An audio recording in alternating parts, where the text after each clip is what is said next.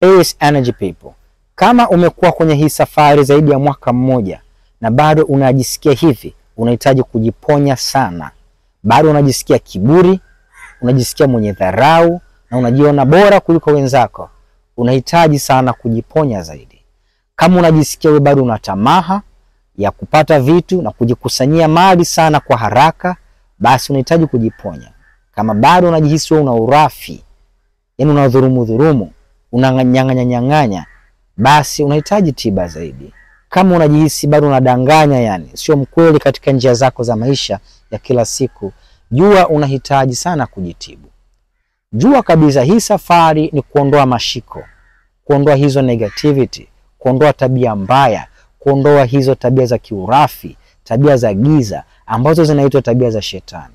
Hii ndio maana halisi ya tafuteni kwanza matunda ya kiroho, ama utafuteni ufalme wa mbinguni kwanza na vingine vyote mtaongezewa. Kutafuta ufalme wa mbinguni ni kuondoa haya mashiko ya roho mbaya, kiburi, dharau, urafi, uchoyo, uongo, ngono nzembe na uasherati wa kila namna. Yani kama bado wewe unavaa nguo ili uonekane, wavutie watu, ama unaongea ili watu wakupende, ama unafanya vitu ili kuwafurahisha watu, unahitaji sana kujitibu.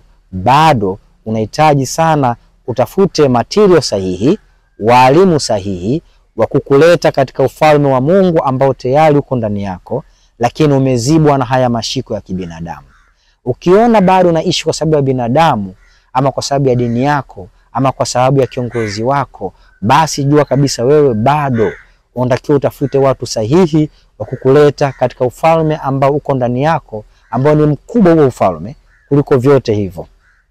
Wewe uliye mkuu ndani, wewe uliye nuru ndani, wewe uliye wa juu ndani, hutakiwi kuishi kwa sababu ya watu, kujionyesha kwa sababu ya watu, kufanya mambo kwa sababu ya watu. Hutakiwi kuishi kwa kiburi, dharau, uongo, Sodoma na Gomora, kwa sababu hivyo vyote ni vya kishetani, ni vya njia za giza.